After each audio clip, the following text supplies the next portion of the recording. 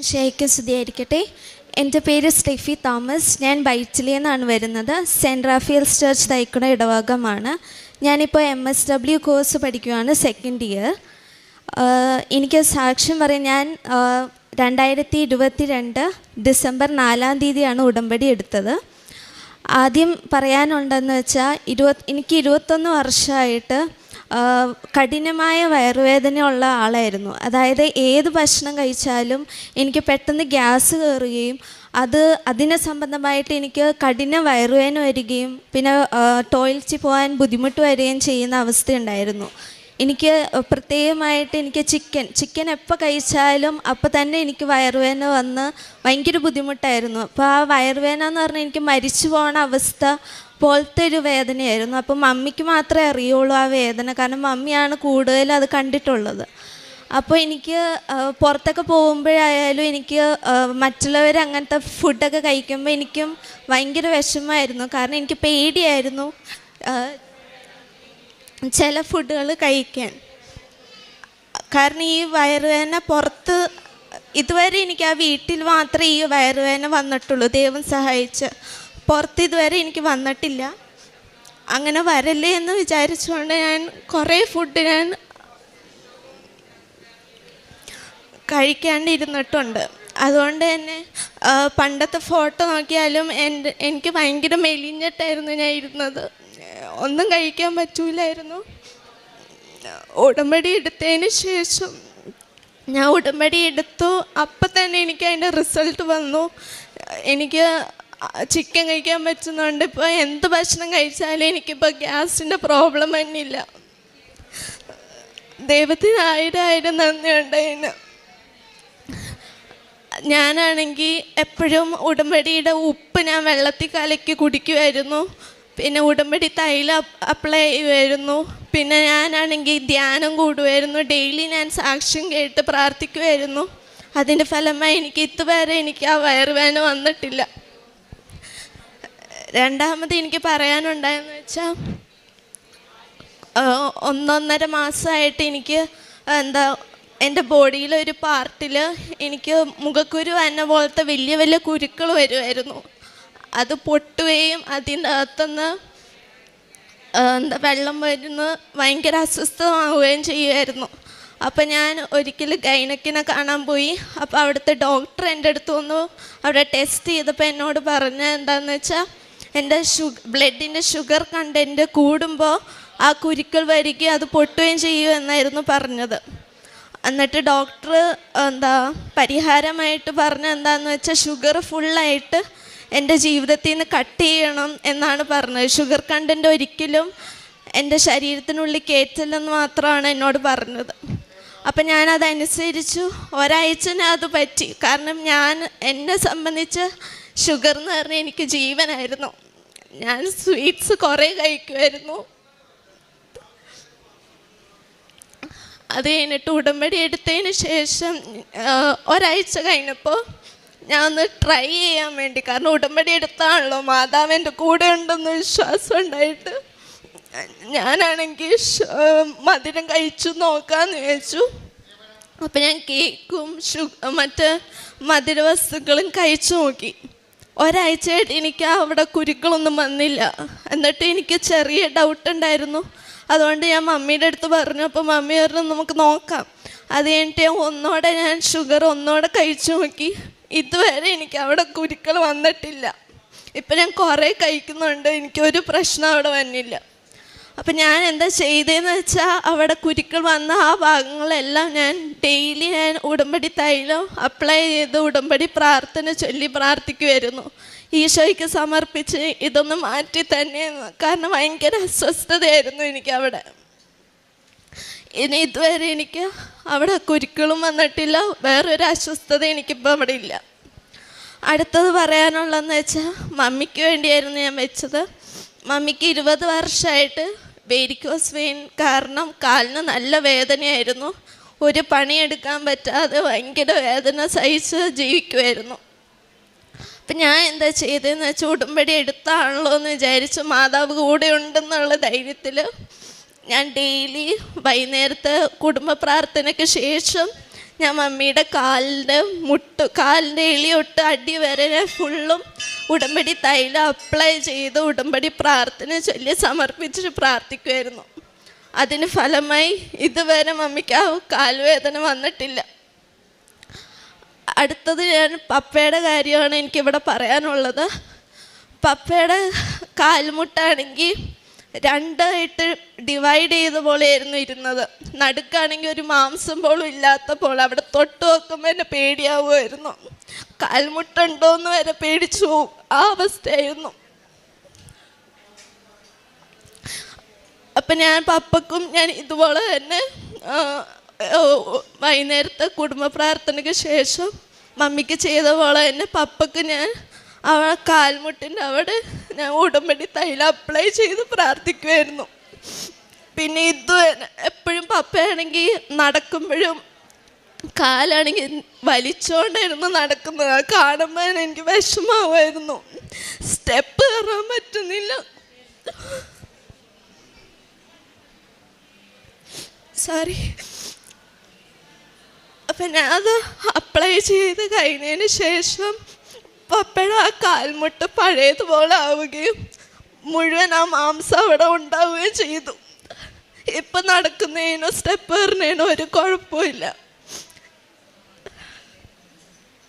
അടുത്ത സാക്ഷ്യം പറയാൻ എന്താണെന്ന് വെച്ചാൽ എൻ്റെ കാൽപാദത്തിൻ്റെ അടിയിൽ തൊലി ഇങ്ങനെ വലിയ കഷ്ണമായിട്ട് പൊളിഞ്ഞു പോവുമായിരുന്നു.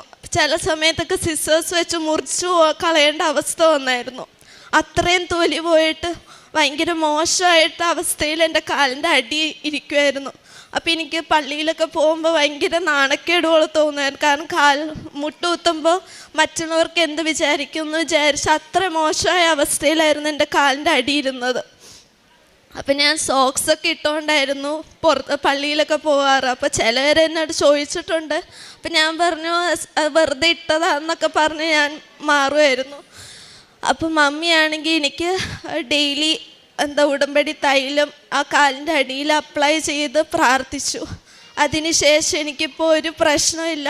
കാലിൻ്റെ അടിയിൽ സ്മൂത്ത് സ്കിന്നായിട്ട് വന്ന് ഇപ്പോൾ തൊലി പൊളിയണമില്ല, ഒന്നും ചെയ്യണില്ല. മുഴുവനായിട്ട് അത് സൗഖ്യം പ്രാപിച്ചു.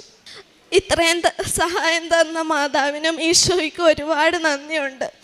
ഞാനാണെങ്കിൽ എനിക്ക് ഉടമ്പടി എടുത്തതിന് ശേഷം ഞാൻ ഉടമ്പടി പത്രമാണെങ്കിൽ ഓരോ വീട്ടിലും എൻ്റെ അയൽവാസി അറിയുന്നവരറിയാത്തവരുടെ ഓരോ വീട്ടിലും ഡോറി മുട്ടി അവരെ വിളിച്ച് അവർക്ക് ഉടമ്പടി അറിയുമോ എന്ന് ചോദിച്ചു. അങ്ങനെയാണ് ഞാൻ ആ പത്രം ഓരോ വീട്ടിലും കയറി കൊടുക്കാറുണ്ടായിരുന്നത്. പിന്നെ ഞാനാണെങ്കിൽ എൻ്റെ പ്രായത്തിലുള്ള പിള്ളേരാണെങ്കിൽ എൻ്റെ ക്ലാസ്സിലായാലും അവർക്ക് ഈ പ്രാർത്ഥന ഇതൊക്കെ പറയുമ്പോൾ അവർക്ക് അത്രയും സീരിയസ്നെസ് ഇല്ല. അപ്പം ഞാൻ എന്താ ചെയ്തതെന്ന് വെച്ചാൽ എനിക്ക് പറ്റുന്ന രീതിയെന്ന് വെച്ചാൽ ഇൻസ്റ്റഗ്രാം അക്കൗണ്ട് വഴിയും വാട്സപ്പ് വഴിയും ഞാൻ ഉടമ്പടി ധ്യാനത്തിൻ്റെ ലിങ്കും അതുപോലെ തന്നെ ഓരോ സാക്ഷ്യത്തിൻ്റെ ലിങ്കും പിന്നെ ഡെയിലി ഞാൻ ഓരോ വചനവും ഞാൻ ഷെയർ ചെയ്ത് കൊടുക്കുമായിരുന്നു. അങ്ങനെ ചെയ്തു കൊടുക്കുമ്പോഴും ചിലവർ എന്നെ ഇൻസ്റ്റഗ്രാം വഴിയായാലും എൻ്റെ ഫ്രണ്ട്സ് എന്നെ മെസ്സേജ് ചെയ്ത് കളിയാക്കുകയൊക്കെ ചെയ്തായിരുന്നു. എന്തിനാണ് ഇത്രയും ഇങ്ങനെ അയച്ചു കൊടുക്കണത് എന്ന് വെച്ചാൽ ക്രിസ്ത്യാനിയായിട്ട് മാറണമെന്നൊക്കെ പ്രേരിപ്പിക്കുന്ന രീതിയിലാണ് നിങ്ങളിങ്ങനെ ചെയ്യുന്നതെന്നൊക്കെ പറഞ്ഞ് എനിക്ക് മെസ്സേജ് ചെയ്തായിരുന്നു. അപ്പോൾ എനിക്ക് ആദ്യം അത് കണ്ടപ്പോൾ എനിക്ക് വിഷമം വന്നിട്ട് ഞാൻ മമ്മിയുടെ അടുത്ത് പറഞ്ഞു, മമ്മി എന്തുകൊണ്ടാണ് അവരിങ്ങനെ പറയുന്നത്? അപ്പം മമ്മി പറഞ്ഞു അത് സാരമില്ല, അതുകൊണ്ട് പക്ഷെ ഞാൻ അത് ഇതുവരെ നിർത്തിയിട്ടില്ല, ഇപ്പോഴും അത് കണ്ടിന്യൂ ചെയ്തുകൊണ്ട് തന്നെ ഇരിക്കുമായിരുന്നു.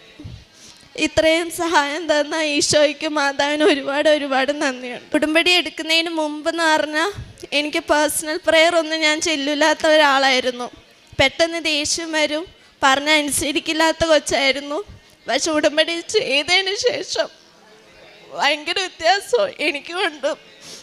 അതായത് കൂടുതൽ ഞാൻ പ്രാർത്ഥിക്കും, പിന്നെ കൂടുതൽ കോഷ്യസ് ആവും. കാരണം ഞാൻ പറയുന്നത് ആർക്കെങ്കിലും വേദന വരുമോ, വന്നാൽ തന്നെ അപ്പം തന്നെ ഞാൻ സോറി പറയുമായിരുന്നു. നേരത്തെ അങ്ങനെയല്ലായിരുന്നു. ഞാൻ എന്ത് പറഞ്ഞാലും അവർക്ക് വിഷമം വരുമോ ഇല്ലയോ എന്നൊന്നും ഞാൻ ആലോചിക്കില്ല, പറഞ്ഞിട്ട് ഞാൻ പോവും. പക്ഷെ ഇപ്പം അങ്ങനെയല്ല. ഇപ്പം ഞാൻ എന്ത് പറഞ്ഞാലും എനിക്കത് അപ്പം തന്നെ മനസ്സിലാവും ഞാൻ ചെയ്തത് തെറ്റാണ്. അപ്പം തന്നെ ആളോട് ഞാൻ നേരെ പോയി സോറി പറയുകയും ചെയ്യും. നിയമാവർത്തന പുസ്തകം 32-ാം അധ്യായം 39 തിരുവചനം അരുളി ചെയ്യുന്നു, ഇതാ ഞാനാണ്, ഞാൻ മാത്രമാണ് ദൈവം, ഞാനല്ലാതെ വേറെ ദൈവമില്ല. കൊല്ലുന്നതും ജീവിപ്പിക്കുന്നതും ഞാൻ, മുറിവേൽപ്പിക്കുന്നതും സുഖപ്പെടുത്തുന്നതും ഞാൻ തന്നെ.